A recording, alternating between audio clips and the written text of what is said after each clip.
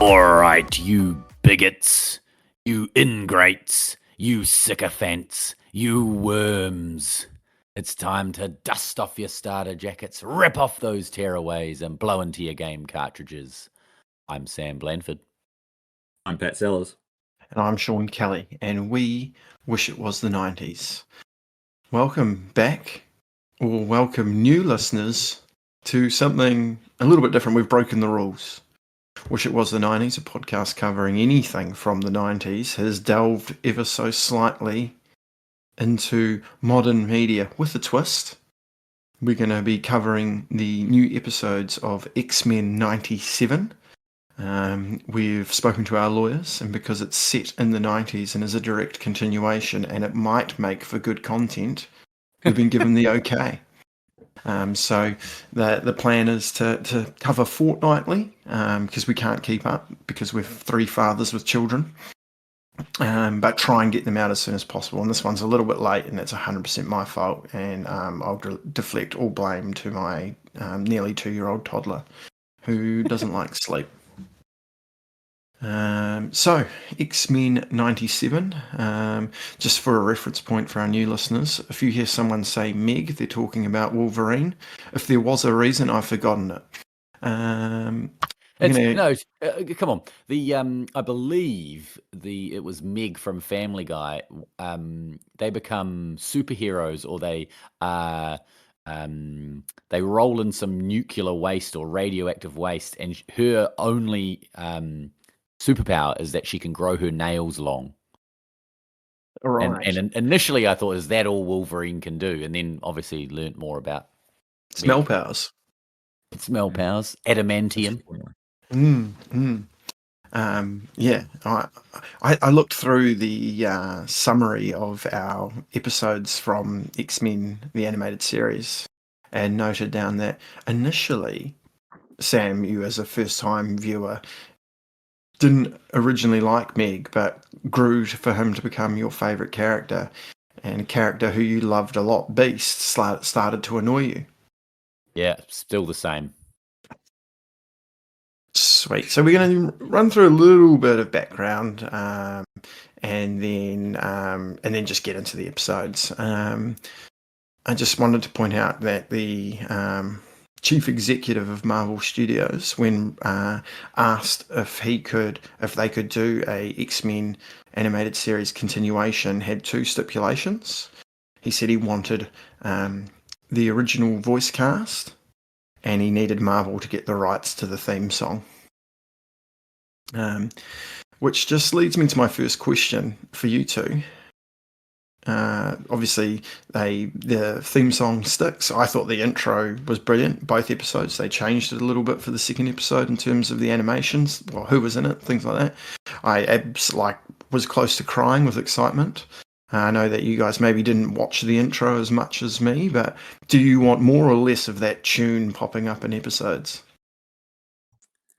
Just whenever, it's got to be the same rules. Whenever the action starts, you get the theme music going. Fair, Sam. Fair.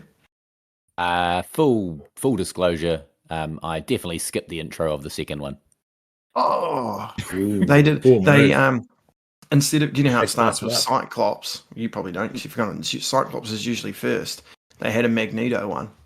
I was rushing to get them finished so we could quickly podcast about them. So I was like, I'll skip the intro. It'll be the same as the first one. Yeah, I apologise. So it takes Magneto's mint. Yeah, Magneto is mint. Speaking of cast, quick little game. Run through a few characters and see if you guys reckon it's the same voice actor or a new one. And we'll start with Meg. Go Google something. Starting with Meg. Meg was the one I was pretty sure had changed. Ooh, we did have different ones then. What about you, Pat? Yeah. I'm going to say... I just want to go against you, so I'm going to say stayed or original. It is the original. It's Cal Dodd. Oh, wow. Mind-blowing. In Can I defense, tell you what I'm pretty sure it's definitely one of these is the next one? yeah, I'll just quickly on Cal Dodd in his defense, because he does sound quite different. He's, what, 30 years older, I guess. I noticed it initially. I was like, "Oh, he sounds quite different," but then I got quite used to it pretty quickly. Yeah, I wasn't really sure. I just wanted to be against Sam. I reckon the Rogue's definitely different. Has to be. Yeah, Rogue. Sam? I thought Rogue was very different. Same voice actor. Wow. Yeah, I mean, know. in my Both opinion, she ones just that were sounded. certain were different. They were the same ones. In my opinion, she just sounded like Rogue, 30 years older. Oh, there's She got to be wasn't some putting changes. on that accent as much as she was in the original. So that's good. We've Doesn't do covered. those squealy sounds. All right. What do you? This one's a bit tough if you get it wrong, but Cyclops. I reckon new. Cyclops is. Well, I was going to say the same, and I'm going to stick with it, but even though they've all been the same so far. Patty. You. So Norm Spencer, who voiced Cyclops in the original series, passed away at 62 in 2020. So he's replaced by Ray Chase. Yeah, I thought it sounded the same. I was like, yeah. I'm winning at this point. All right. Yeah, you're doing really well. Storm. Different. Original. Points to Pat. Alison Seeley Smith returns. I haven't got one right. Landslide. Landslide. Show up. Yeah, this is tough. Jubilee. All out of that. You go first, Pat. Have you just realised my tactic? I'm going to say original. Yeah, I thought different. She still sucked though. Different. So that's all we've got time the for. Original voice. I win. The original voice actress Alison Court said in 2020, if they made a remake, she would not return as Jubilee because she knew too many fantastic Asian voice actors who should portray Asian American character Jubilee. Nice. But she will be back for an episode to play some sort of variant of Jubilee. A good one, hopefully. Fingers crossed. Beast. One more. We'll just have sparkle powers though, so not much more she can do. Beast. I'm going to say different. I'm going to say original. Original recipe, George Boozer. All right, and that's all we have time for in this game. I think it's worth mentioning Magneto, his original actor David Hemblem, also died in 2020 at 79. So RIP to a couple of the OGs. Sounds like COVID got a few of them. Yeah, well, maybe. There is a few other ones, but yeah. Just want to touch on a couple of controversial points before we get in. So the first trailer came out and the internet was ablaze with fire from angry millennials. And I kind of thought, being a millennial myself, that we were all woke, but apparently not. So I'm just going to read some comments from some people online about a certain character's new design. I like the art style. But at what cost? 90s Rogue had cheeks for weeks. I definitely thought about that when I was watching. What's the issue? They nerfed her assets. Is that what we're crying about? Yes, men like John are upset they can't wank to cartoons anymore. And then this one's got a picture of, remember that episode where Rogue fights Apocalypse and she lands in a very provocative position? That's been the main reference point for our assets being nerfed. And Blair says, remember what they took from us.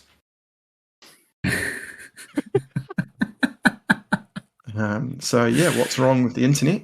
And then the other controversy is that the writer came out before the show released and said that Morph was non-binary, and heaps of people have absolutely blown up about the X-Men being woke, of which, I mean, the X-Men are woke. That's the whole point. And then some people go, oh, actually, in 1963, when Stan Lee made the X-Men, they were just mutants because he was lazy with powers. And it's like, yeah, and then like 5 years later, they became woke. Been woke for like 50, 60 years. Shut up, you losers. if you how are they woke? Oh, I won't send you any more emails. How were they woke in the 70s? But for instance, just well, Storm took over as leader after beating Cyclops in a one-on-one to be the first black female superhero leader of a super team. Not surprising. That's original 70s team had a Soviet, Russian, a German, Native American, an African woman, in a time when, people didn't like Russians or Germans. I suppose Germans were probably okay in the 70s. I don't really know. Not the feeling was like, but who was the there was a gay character or a member of the team at some point, wasn't there? A blue guy, or is that Iceman, the lighter? Iceman. But Iceman's definitely gay now. What? Like mid 2000s? Yeah, mid 2000s. What do you mean from the lot? Oh, I think there was Northstar a weird side character in one of the. Yeah, because he's in that Alpha Flight Wolverine episode, mega episode. I think that's when it got caught up then. Yeah, Northstar was the first comic book character from DC or Marvel to have a gay marriage. But yeah, I mean, the thing is, if you're straight or just not non-binary, who gives a fuck? And if you are non-binary or just from the rainbow community, fucking awesome. Some representation for you. Like, why the fuck would you care if you're not? I'm just like, they probably won't even make it known in the series either. But it's like, anyway. Fucking losers. Oh, exactly. He can be whatever he wants. He's literally, when he's not in the comic books, when he was born, he was just a blob of goo. Speaking of which, there was one of the good transformations. Became the blob. Yeah, Blob? I think I always call him the blob.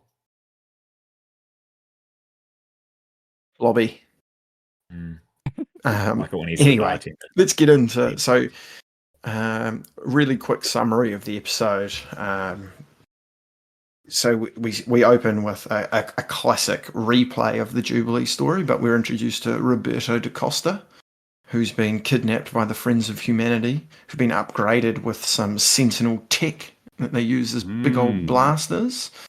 And the X-Men versus Storm, and then a surprise edition Bishop enter to save Roberto. And then we also get Cyclops joining the rescue mission. First instance of Cyclops' catchphrase of "Not," and second, and seeing maybe a little bit of a wider use of his powers, which I'll come back to. So they rescue him. I think he might get knocked out, but they take him back, and he gets the classic waking up to Beast and meets the X-Men, and they want to help him. Cyclops seems more interested in just getting info out of him. Cyclops is pretty whiny about the X-Men not going on missions and just wanting to shoot hoops. We've learned that Jean is very pregnant with a baby boy. Is it Jean? Or is it Jean? We'll come in. Well, is it? We'll talk about that. We will talk about that. And so they're trying to find out where the Sentinel tech's coming from, and they go and see Henry Peter Gyrich, who's in prison after killing Professor X. Still unclear. He definitely wasn't dead at the end of the series, but they're talking about him like he is dead, so we'll see. And then he doesn't want to help. They're on the lookout for Sentinel creator Bolivar Trask. So Jean probes his mind with Cerebro and has this really weird vision, which may or not have something to do with Pat's, or is it Jean later? And they find out that Trask is in the Sahara with a new master mold, and he's building Sentinels. And the X-Men turn up, cue the music. They defeat the Sentinels. They defeat Master Mold. They capture Trask, hand him over to new. I think she's a new character. What's her name? Valerie. What's her name again, Pat? Sorry? The lady who works for the government? Something, the blonde lady? Something. Yeah. Valerie Cooper. Yeah, she's up to something. Yeah. She's actually voiced by the OG Jean. And then the team head back to the mansion, and Psyche and Jean are about to make the big announcement that they're leaving the team to raise the baby, and Magneto turns up with the last will and testament of Charles Francis Xavier to note that he has handed everything over to Mags, and he's going to be leading the X-Men, and fucking grouse. It was grouse. I'm bringing up something very late in the piece of the episode, but that's the first time I've seen a will that was like a hardback book and like the size of an encyclopedia. I believe it's actually the same size as Hizzo's father-in-law's wedding speech.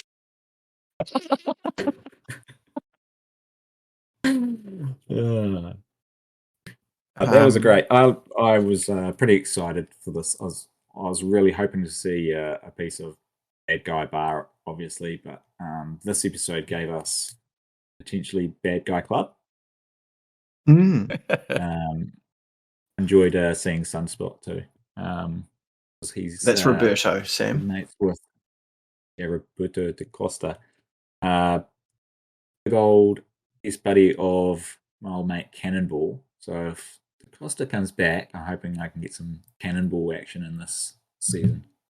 I've got some thoughts on that. We might come back to that at the end when we talk about what we'd like to see. But I think this episode, the beginning of the new era, I guess, the writers really show they know where their bread is buttered. And by that I mean the opening few scenes, the main star is not even introduced. They build the tension for the Meg introduction. You know, Cyclops, he gets a few scenes and it's like all the audience is asking is, where is he? Where's Wolverine?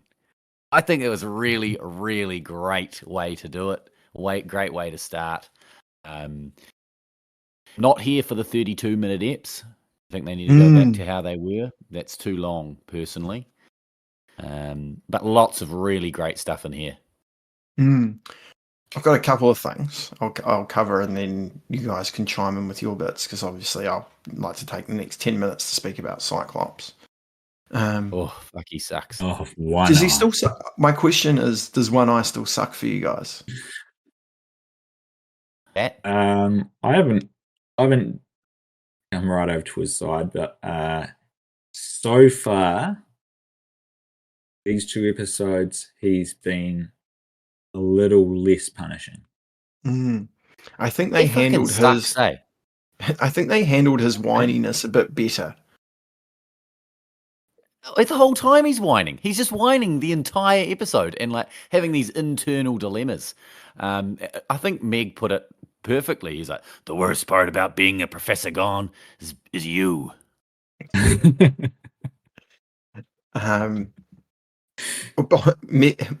interesting that they've gone down the path of Meg still buckles at anything Jean says. That's great. What I would say about Cyclops is we see, I think, and I think I actually see this for a lot of the characters, but way more interesting uses of their powers. Yeah. So there's a scene in that's that where Cyclops really changes because he carves up in all those action scenes. Yeah, so you see him using his eye blast to move himself backwards to get out of being hit by something, which is pretty cool. And you also see him like using his eye blasts interactively with also throwing punches and fighting. He also basically flies and then uses them to like that when he uses his blast cool. to cushion his landing. That scene was fucking gross. I was like, that's cool. It's like when Snape just can suddenly fly in her Harry Potter series. And I know it probably doesn't mean much to you, Sam, but Cyclops landing in superhero pose and then saying, "To me, my X-Men was," I think I yelled out loud. That was great. Was it like a squealing, like yes? Yeah. I preferred when Magneto said it at the end. I thought that was real good. Yeah, that was good. Cool. That's a classic, like, that pops up once every couple of years in an X-Men comic and someone leading a team says it and it's always mint. I was really curious how they were going to use Morph in fights. And when he turned into Archangel to fly around and make sure people didn't crash land, and then when he turned into Blobby to give Wolverine a boost, I thought that was rad. Speaking of Morph, I am all here for the Morph Meg relationship, the bromance, which we didn't really get, but I think you guys probably alluded to it quite a lot. Yeah, especially when he did his imitation of Jean, having the most beautiful baby in the world with the most boring man in the world. That was so good. Right. Yeah. He also has that real good scene where he mugs off Cyclops as Professor X, which is real bold. When he also just walks in his Yeah. Pat, you would have picked up on this surely. The Gold Balls reference. What Gold Balls reference? When Jubilee's trying to find out what Roberto's powers are in the danger room, and she's like guessing what they could be, she says something like, "Do you shoot out gold balls? That would be weird." Gold Balls is like a mid-2000 X-Men character whose power is to shoot out gold balls, which were later discovered to be eggs, but real weird. I quickly trying to take a note of, they're in the danger room. I'm disappointed you missed it because I know how much you love Gold Balls. Gold Balls is a great character. He's a very important character these days.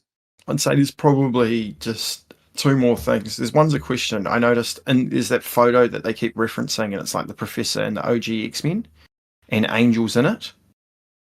And in the original series, when they actually meet Angel, doesn't seem like they know him. But then in a later episode, maybe the Iceman one, I can't remember, but Jubilee's watching a video of the original X-Men training because she's got the hots for Iceman. And Angel is in that video. So I think they've gone down the path of saying, yeah, this character was an OG X-Men. So it's a slight retcon. Pat's going to answer this question because I reckon you know. I know you know the answer. Because it came up, and my question was, I quite like that they kept putting that picture in there. So, Pat, who were the OG X-Men?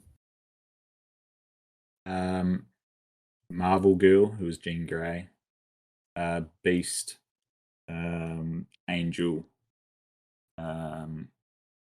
Cyclops. Missing one? There weren't many in the picture. Did Iceman? No, you didn't say Iceman. Oh, okay. Iceman. Is that all? Yeah, it's the 5. Nice. The probably the tricky one is in that photo. Beast is in his human form. Because he didn't turn blue until he tried to find a cure for mutation and tried it on himself, and it backfired and made him more beastly. Like when he's looking through that Who knows? picture collage, and he's there with a baseball bat. I remember. Mm. I remember a bit more than I remember. I can't believe it. You're a massive fan. I think the last thing I've got to say about the first episode is when they're fighting those Sentinels and it's going kind of mint, and then heaps more Sentinels arrive, and Cyclops calls in Storm something about the weather or something or other, and she just absolutely levels all of them. And you even hear one of the Sentinels say, like, alert, Omega level mutant detected or something. And I like that they've brought that in because mutants, based on their powers, have class levels, and Omega is the highest you can get. So I think Storm, Magneto, Jean Grey are the only Omegas in this team, I think. And yeah, I think that's right. Nerds just yell at me in the comments if I've missed someone. One thing I noticed, especially from that scene when they just like rip the Sentinels apart, like they seem like they had massive upgrades since the last one from the 90s, is they just go way better without Chuck. I think as Chuck, well. That's right. I can't remember his name. Chuck. The other thing as well is because this is Disney Plus, they don't have the same Saturday morning cartoon restrictions, so they can be a lot more ruthless in the fight scenes.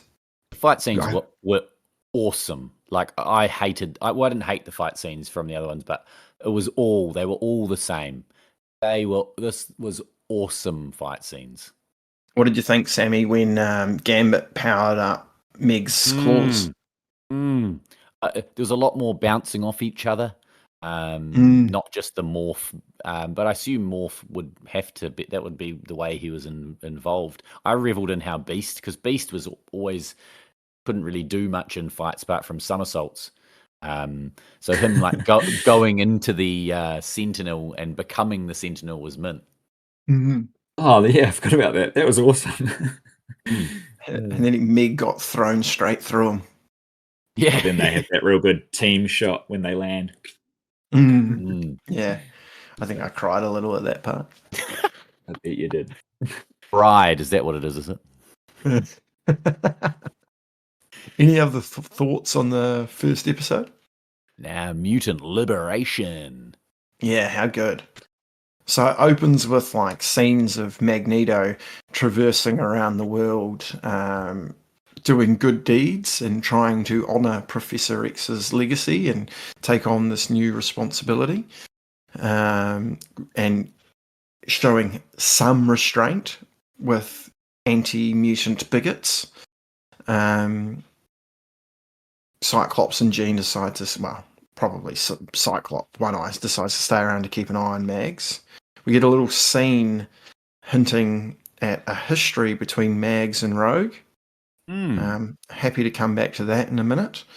And then Valerie Cooper turns up with the UN forces to arrest Magneto, and he surprisingly surrenders peacefully because he's looking to gain the trust of the X-Men and humanity. And then during the trial at the UN, the Friends of Humanity stage an assault on the building, and we meet their new leader, the Executioner. It was an insurrection, wasn't it? Huh? Was it an insurrection? Yeah, well, we've topical things like that have happened recently in the States. And Executioner has some sort of weapon that can depower a mutant, and he wants to hit Magneto. And Storm, after really kicking ass again, and I like that we're starting to see a bit of a mutual respect between Storm and Magneto. Definitely stems from the comics. Someone like One Eye has always got his doubts, because he's such a classic good guy. But Storm, understands, sympathizes, empathizes, and so that's really cool. And Storm takes the hit. And then Magneto, I thought he was going to go full villain. He takes the UN judges or whatever they are and the executioner out into the lower atmosphere and gives one hell of a speech. Mm. The UN grant him a pardon, which I think is still, despite what he's done, pretty nice. And discuss the possibility, I guess, of the mutant nation of Genosha becoming part of the UN. Simultaneously, Jean goes into labour. One of my favourite quotes definitely happens in that moment. We can come back to that, because I know Sam's probably written it down. And Rogue has to absorb a obstetrician's knowledge because he doesn't want to deliver a mutant baby. Jean gives birth to a son who she names Nathan. We get some really cool scenes of Morph during the insurrection as well. Beast is then running tests on Storm at the end and informs her that she may be depowered permanently, and she decides to leave the team to find a new meaning in life. And then absolute hanger, or cliffhammer as we call them in New Zealand. The X-Men are very surprised to see the sudden arrival of an identical woman of Jean, who is in very much worse for wear, requesting the help of the X-Men. Dum, dum, dum.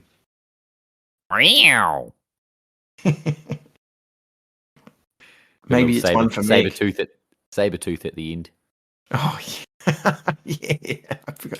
Morph's morphing. How does it go? We've got it saved, don't worry, mate. Yeah, insert here. I was pretty happy to see some good stuff from the Friends of Humanity in this episode with their insurrection. I thought it was pretty good. They now have females in the Friends of Humanity. Very progressive of them. It's real woke of them. But their propaganda chants haven't got any better. It's still down with muties. The captain's still got his armband as well. A yellow captain's armband that says FOH on it. Yeah, that's good stuff. I really enjoyed in the fight scene Morph. I think he opened with Lady Deathstrike, Wolverine's former flame, and then he was Psylocke for a minute, and then he was Colossus. Just making it make sense that he actually goes into fights. And he isn't just a covert X-Man. For the purposes of this show, he can just provide any cameo at any moment. Yeah, and I don't know if you guys watched as many trailers as I did, but it makes me a little bit nervous because I definitely want to see those characters that I saw. But yeah, it's nice to have that in there, to have him be able to do that for us. What did you guys think of the Mags and Rogue scenes? I was quite weirded out by this this new love triangle. I've been thinking about it since, and I think it sets up a possible scene for the future, which would go gangbusters. It'd be like Gambit laying down in his bed doing the Meg meme to a picture of him and Rogue. I like that. There is comic book context. I don't want to do spoilers, but it's not really a spoiler because it's from I guess what you'd call like an alternative reality. But in the Age of Apocalypse reality, Magneto finds a way to use his power over the electromagnetic field to be able to have skin-to-skin contact with Rogue, and they are a couple and have a child named Charles. It's an alternate reality, mate. Anything can happen. I think Quicksilver and Storm were a couple in that reality too. But they also, there's an 80s comic where Magneto and Rogue end up in the Savage Land and Rogue doesn't have any powers, and I don't think anything actually happens, but they do build a bit of a bond. So there's context to it, but they'll obviously play this differently, I think. And let us never speak of the Savage Land again. I'm pretty keen for a little bit of Kazar. Yeah, we can go. It could go back there. Be good. Had you ever seen the Executioner before? You're X-Men whiz. Yeah, you would have come past him, but I hadn't before. It was quite a good get up though. He's a early 90s character, hence the like spiked shoulder pads and whatnot. It's good. His mission is to kill mutants, basically. He had one really good line that I thought summed up One Eye from the previous seasons. That was, "It's the whining. I hate the whining just as much as I hate you." I had two great bits. I thought you mentioned that as soon as you mentioned that, I haven't got it written down, but I know that was a great quote from Meg at some point. Storm absolutely ripping. "Do not think, be silent, heed my commands, and you shall live." Oh, just absolute scene stealer. And at the start, like, Cyclops sucks, eh? At one point, he's like, "Maybe he was wrong," talking about Chuck. It's like, yes, Scott, Xavier was wrong about pretty much everything. Do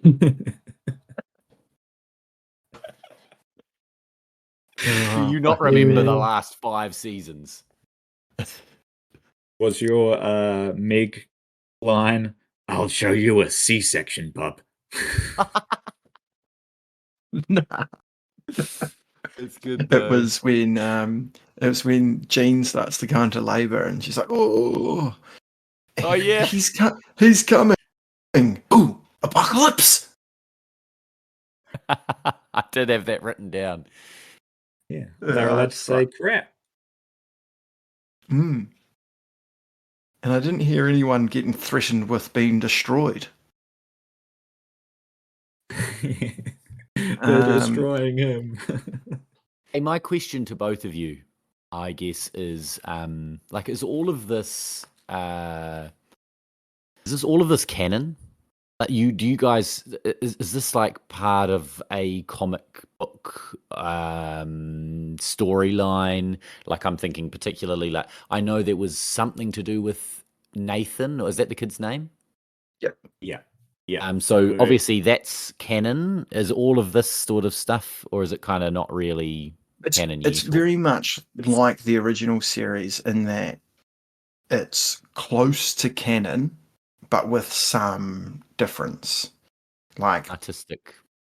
Yeah, just to fit in with the storyline they've already built on. So the trial of Magneto, definitely canon. Professor X definitely went to the Shi'ar in the 80s, and Magneto took over leading the X-Men. But in that, he comes back. I don't know. I mean, I don't know what they're going to do. They're talking like he's actually dead, so I've got no idea if he comes back. Hopefully, it stays that way. I think there's enough in this that, like, you can sort of picture, or you can put together what's going to happen in the future based on what happened in the comics. So, there's a couple of things I can talk about from the comics, but I kind of don't want to get into too much, because if they do go with it, I don't want it to be a spoiler. But there's context for 2 genes. There's context for baby Nathan. They're both things that have happened, and I think they're both linked as well. We get into a spoiler section after, and then you got an opt-out. Yeah, I don't want to say too much more because I want Sam to discover it. But there's definitely there's definitely context for those. The one thing I was going to say that is maybe a it's not really a spoiler. It's more of just a hope for. I was going to ask you guys what you were hoping to see from the next 8 episodes.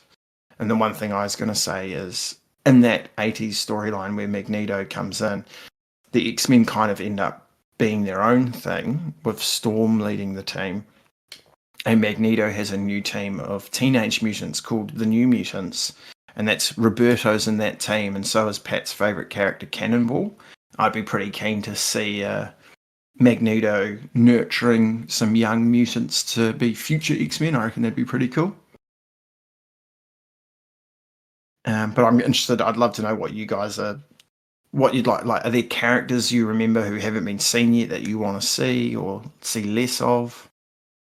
Well, apart from obviously my number one go-to would get that Gambit Meg meme done, but there was a mention of Muir Island at one point. I can't remember. Is You want to go back to Bad Guy Bar? Bad Guy Bar is? It is, eh? Yeah. It was on Muir Island. Yeah. Well, if it's not, it's like right next to it on the coast of Scotland. You're telling Moira. me there's a chance. You want some Moira? I just want to go to Bad Guy Bar and see that Cockney Australian. I was a bit gutted. Charles. I was a bit gutted that, what's his name? Old Leek or Reek or that little Leech. green guy he popped up, but there's no old Ma Higgins. Oh, I had that there as well. Yeah. What? Very disappointed. For me, but there's hope for the future because we know the Morlocks are there, and if she pops up, I'll be going off. For the future, I want Magneto's fantastic. So more Magneto. I don't want Xavier to come back. I would like Cyclops to fuck off like he was going to. That would be great. But I mainly want Sinister and Apocalypse. I just like the baddies. The baddies make the episodes for me. Just give me more baddies. Agreed. No spoilers, obviously, but maybe a small spoiler for you, Sam. The dual genes in the comic books, at least, is tied to Sinister, so there's hope there. Yeah, that meant him in Apocalypse. That's definitely a spoiler, though. It's not that's not even a minor spoiler. That's what's happening. Episode 3. So any final thoughts? My main question is, can you guys remember the sign-off? Well, before we do it, I can remember mine, which is before we do it, like, subscribe, follow, tell a friend. It's always good, you tell a friend so we get new listeners. That'd be really nice. We appreciate everything you do when you do listen. It's really, really good for us. We're on the precipice of cracking some milestone. Maybe, probably not, but we'd like to. We enjoy it and we want to keep going. And people listening definitely makes it worthwhile. So let people know. It's maybe not your most in-depth and intricate podcast, but we enjoy it. So there's that. We're on the socials at WIWT90S, Facebook, Instagram, sometimes TikTok, Threads, Twitter /X, and YouTube. I remember the quote, but I don't remember if I'm... carrier pigeons too. Yes, yeah. Yeah, we can fax you some release times if you want. I did enjoy just Berto mentioning a pager at one point, so that was good. I remember the sign off, but I don't remember. Am I first or are you, Pat? You're first. Mission accomplished, buddy. Let's go home. Yes, not.